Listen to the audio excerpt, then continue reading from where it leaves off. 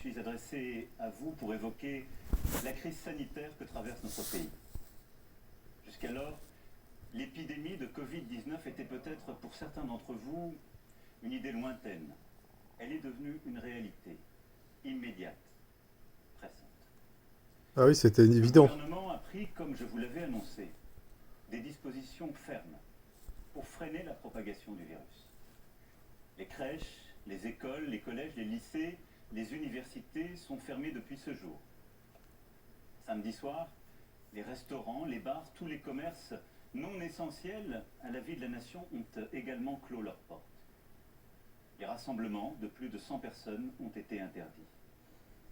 Jamais la France n'avait dû prendre de telles décisions, évidemment exceptionnelles, évidemment temporaires, en temps de paix.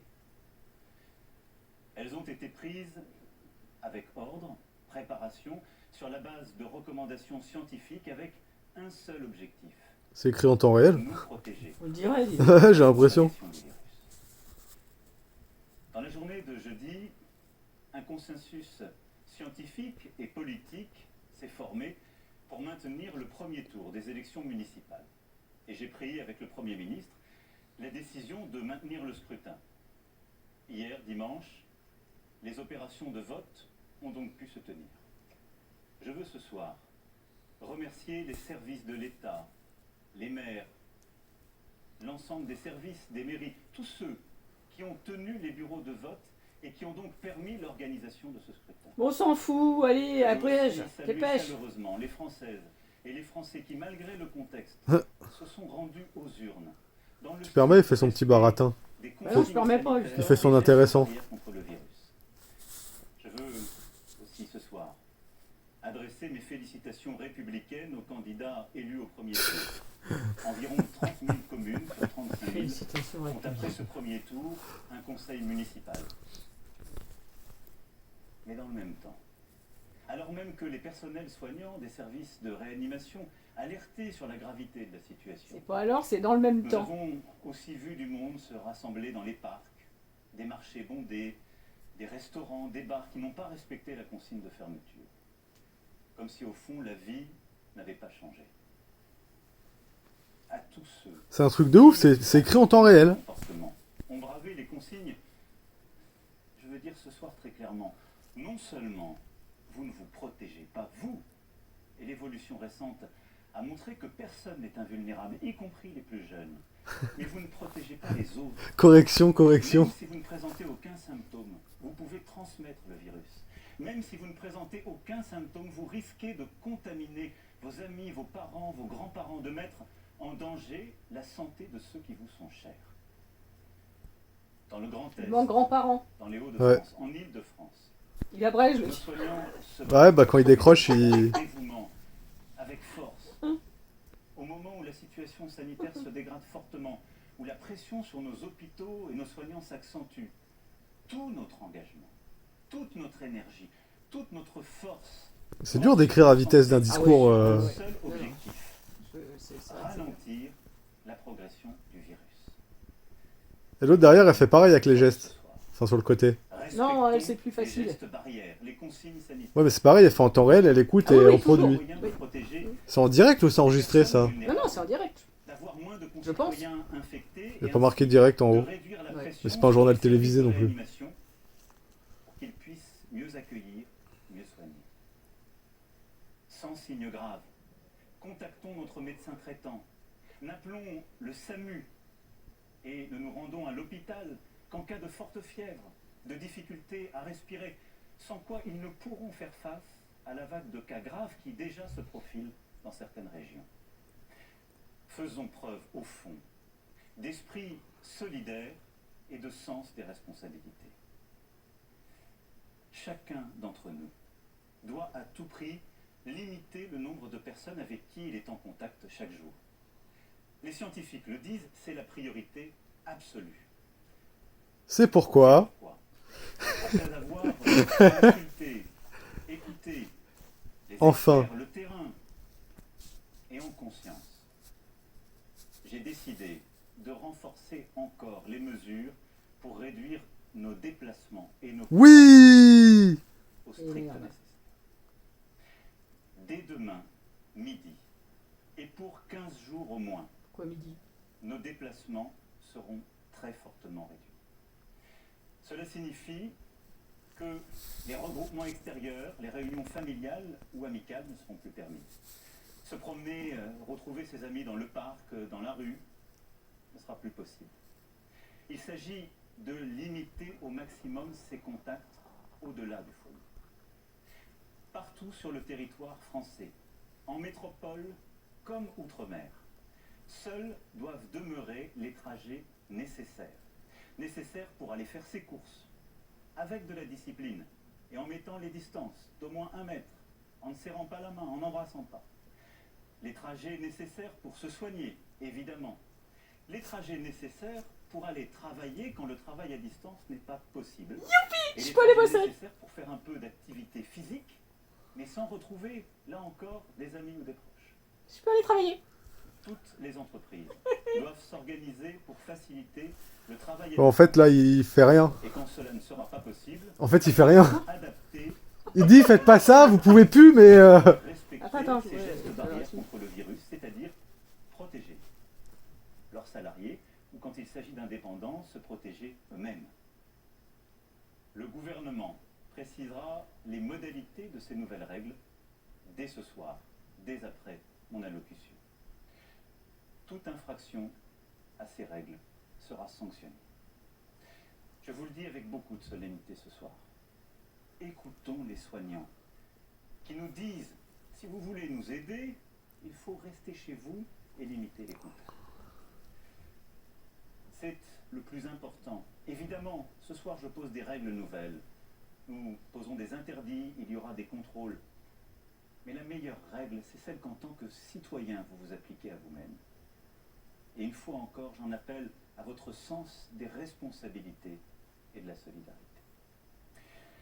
Dans ce contexte, après avoir consulté le président du Sénat, le président de l'Assemblée nationale, mais également mes prédécesseurs, j'ai décidé que le second tour des élections municipales serait reporté.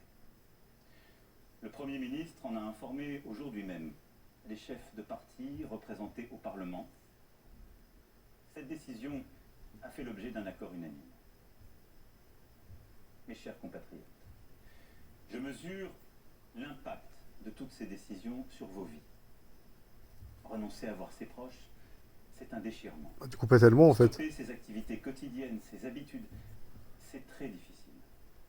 Cela ne doit pas nous empêcher de garder le lien, d'appeler nos proches, de donner des nouvelles, d'organiser aussi les choses avec nos voisins, d'inventer de nouvelles solidarités entre générations, de rester, comme je vous l'ai dit jeudi dernier, profondément solidaires et d'innover là aussi sur ce point. Je sais que je vous demande de rester chez vous. Je vous demande aussi de garder le calme dans ce contexte. J'ai vu ces dernières heures des phénomènes de panique en tous sens. Nous devons tous avoir l'esprit de responsabilité. Il ne faut pas que les fausses informations circulent à tout va. Et en restant chez vous, occupez-vous des proches qui sont dans votre appartement, votre maison. Donnez des nouvelles, prenez des nouvelles. Lisez, retrouvez aussi ce sens de l'essentiel. Je pense que c'est important dans les moments que nous vivons. La culture, l'éducation, le sens des choses est important. Et éviter l'esprit de panique, de croire dans toutes les fausses rumeurs, les demi-experts ou les faux sachants. La parole est claire, l'information est transparente, nous continuerons de l'année. Mais croyez-moi, cet effort que je vous demande, je sais qu'il est inédit, mais les circonstances nous y obligent. Nous sommes en guerre sanitaire, certes. Nous ne luttons ni contre une armée, ni contre une autre nation, mais l'ennemi est là, invisible, insaisissable, qui progresse. Et cela requiert notre mobilisation générale. Nous sommes en guerre. Toute l'action du gouvernement et du Parlement doit être désormais tournée vers le combat contre l'épidémie. De jour comme de nuit, Rien ne doit nous en divertir. C'est pourquoi j'ai décidé que toutes les réformes en cours seraient suspendues, à commencer par la réforme des retraites. Dès mercredi, en Conseil des ministres, sera présenté un projet de loi permettant au gouvernement de répondre à l'urgence et, lorsque nécessaire, de légiférer par ordonnance dans les domaines relevant strictement de la gestion de crise. Ce projet sera soumis au Parlement dès jeudi. J'ai vu tout à l'heure les présidents de l'Assemblée nationale et du Sénat afin que ces textes soient votés le plus rapidement possible, afin aussi que la vie démocratique et le contrôle du Parlement continuent dans cette période. Je les en remercie et je remercie tous nos parlementaires en cet instant. Nous sommes en guerre. J'appelle tous les acteurs politiques, économiques, sociaux, associatifs, tous les Français, à s'inscrire dans cette union nationale qui a permis à notre pays de surmonter tant de crises par le passé. Nous sommes en guerre. Et la nation soutiendra ses enfants, qui, personnel soignant, en ville, à l'hôpital, se trouvent en première ligne dans un combat qui va leur demander énergie, détermination, solidarité. Ils ont des droits sur nous. Nous leur devons évidemment les moyens. Oh, quel culot! Nous serons là. Quel culot! Nous leur devons des masques, du gel. Lui qui leur a enlevé tant. Sacré culot, hein, putain! Nous avons décidé, avec les scientifiques, de réserver les masques en priorité pour l'hôpital et pour la médecine de ville et de campagne. En particulier les généralistes et les infirmières, désormais en première ligne aussi dans la gestion de la crise. Des masques seront livrés dans les pharmacies dès demain soir, dans les 25 départements les plus touchés. Mercredi, pour le reste du territoire national. J'ai aussi entendu le message des spécialistes, en particulier des chirurgiens dentistes et beaucoup d'autres. Des solutions seront trouvées avec le ministre de la Santé dans les prochaines heures. Nous devons aussi aux soignants la garde de leurs enfants. Un service minimum de garde est en place depuis ce jour dans les crèches et dans les écoles. Nous leur devons aussi sérénité dans leurs déplacements et repos. C'est pourquoi j'ai décidé que dès demain, les taxis et les hôtels pourront être mobilisés à leur profit. L'État paiera. Nous sommes en guerre, oui. Le pays accompagnera dans cette période les régions les plus touchées, aujourd'hui, comme celles qui le seront demain. À ce titre, je veux assurer les habitants, les personnels soignants du Grand Est, que nous serons au rendez-vous pour les appuyer face à l'afflux de patients et à la saturation des hôpitaux. Je sais ce qu'ils vivent depuis des jours et des jours. Putain, c'est long. Nous sommes avec eux. J'ai décidé pour cela qu'un hôpital de campagne du service de santé des armées serait déployé dans les jours à venir en Alsace. Les armées apporteront aussi leur concours pour déplacer les malades des régions les plus affectées et ainsi réduire la congestion des hôpitaux de certains territoires. Ah, c'est pour ça. Ouais, c'est pour ça qu'ils nous sont arrivés. Aussi, comme je vous l'ai dit jeudi, Avec des blindés. pour nous protéger, Ils vont déplacer les malades en blindés. la dissémination du virus, Je mais peux pas t'en aussi dire plus, hein. préserver Je sais pas le plus. système de soins. On est en guerre, il y a les blindés qui arrivent, c'est logique, non? Ah ouais, bah les blindés, ils vont pas balancer des missiles là, ou tirer sur le coronavirus, hein. Dès demain midi, les frontières à l'entrée de l'Union européenne et de l'espace Schengen seront fermées. Concrètement, tous les voyages entre les pays non européens et l'Union européenne seront suspendus pendant 30 jours. Les Françaises Pas et les trop tôt. Français qui sont actuellement à l'étranger et souhaitent rentrer pourront bien Il entendu y en a un paquet, rejoindre hein. leur pays. Nous devons prendre cette décision.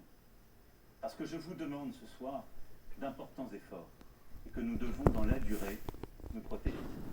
Et je veux dire à tous nos compatriotes qui vivent à l'étranger que là aussi, en bon ordre, ils doivent se rapprocher des ambassades et consulats et que nous organiserons pour celles et ceux qui le souhaitent, et là où c'est nécessaire, leur rapatriement. Vous l'aurez compris, vous le pressentez. Cette crise sanitaire sans précédent aura des conséquences humaines, sociales, Économiques. majeures. C'est aussi ce défi que nous devons mener. Je vous demande des sacrifices pour ralentir l'épidémie. Jamais ils ne doivent mettre en cause l'aide aux plus fragiles, la pérennité d'une entreprise, les moyens de subsistance des salariés comme des indépendants. Bien sûr que si. Pour les plus précaires, pour les plus démunis, pour les personnes isolées, nous ferons en sorte, avec les grandes associations, avec aussi les collectivités locales et leurs services, qu'ils puissent être nourris, protégés, que les services que nous leur devons soient assurés. Pour la vie économique, pour ce qui concerne la France, aucune entreprise, quelle que soit sa taille, ne sera livrée au risque de faillite. Aucune Française, aucun Français ne sera laissé sans ressources. Ouais. S'agissant des entreprises, nous mettons en place un dispositif exceptionnel de report de charges fiscales et sociales, de soutien au report d'échéances bancaires et de garantie de l'État à hauteur de 300 milliards d'euros pour tous les prêts bancaires contractés auprès des banques. Pour les plus petites d'entre elles, et tant que la situation durera, celles qui font face à des difficultés n'auront rien à débourser, ni pour les impôts, ni pour les cotisations sociales. Les factures d'eau, de gaz ou d'électricité, ainsi que les loyers, devront être suspendus. Bim, je t'avais dit quoi? En outre, afin que personne ne soit laissé sans ressources. Pour les salariés, Trop surpris. le dispositif de chômage partiel sera... Bah évidemment, tout est en stand-by, moi. élargi, comme je vous l'avais annoncé jeudi dernier, et comme le gouvernement a commencé à le préciser.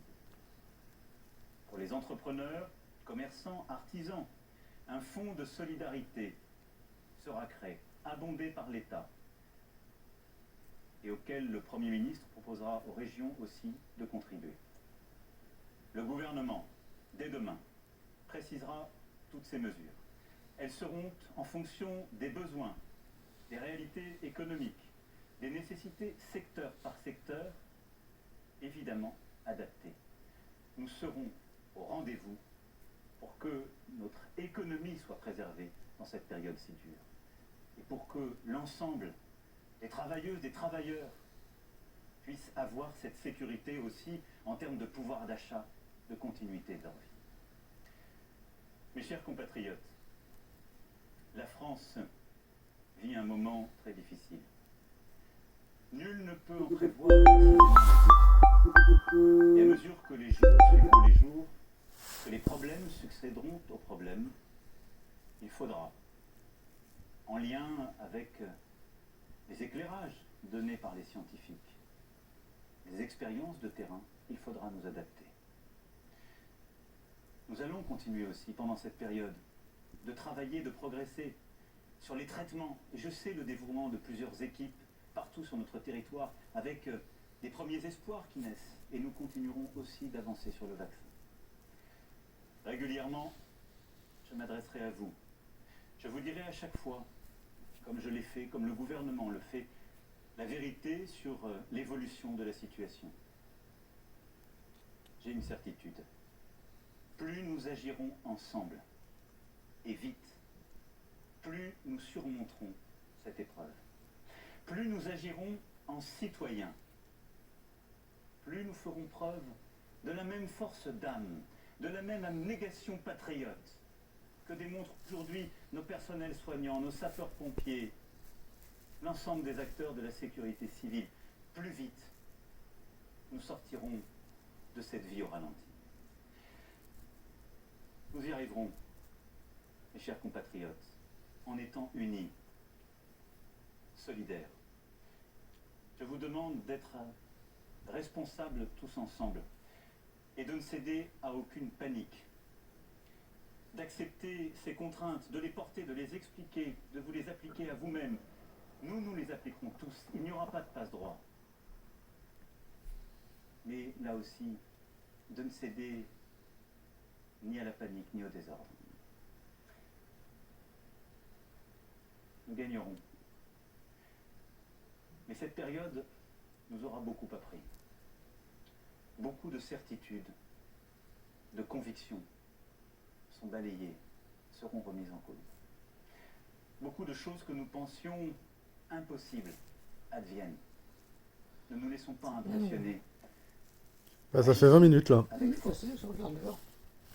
Mais retenons cela. Le jour d'après, quand nous aurons gagné, ce ne sera pas un retour au jour d'avant. Nous serons plus forts moralement. Nous aurons appris. Et je saurai aussi avec vous en tirer toutes les conséquences. Il y a beaucoup de baratins, de blabla qui servent à rien, putain. Bah, évidemment, bah, mais c'est un discours. Il peut pas non plus juste annoncer. Bah, moi je m'attendais à ça, si. Collectivement, à la hauteur du moment. Je sais, mes chers compatriotes, pouvoir compter sur vous. Vive la République, Et la France. vive la France. Il va vraiment aller parler de ce guitare. Bon, ça va, 20 minutes, c'est bon. Ouais. Vous voulez guère faire plus court. Et voilà pour cette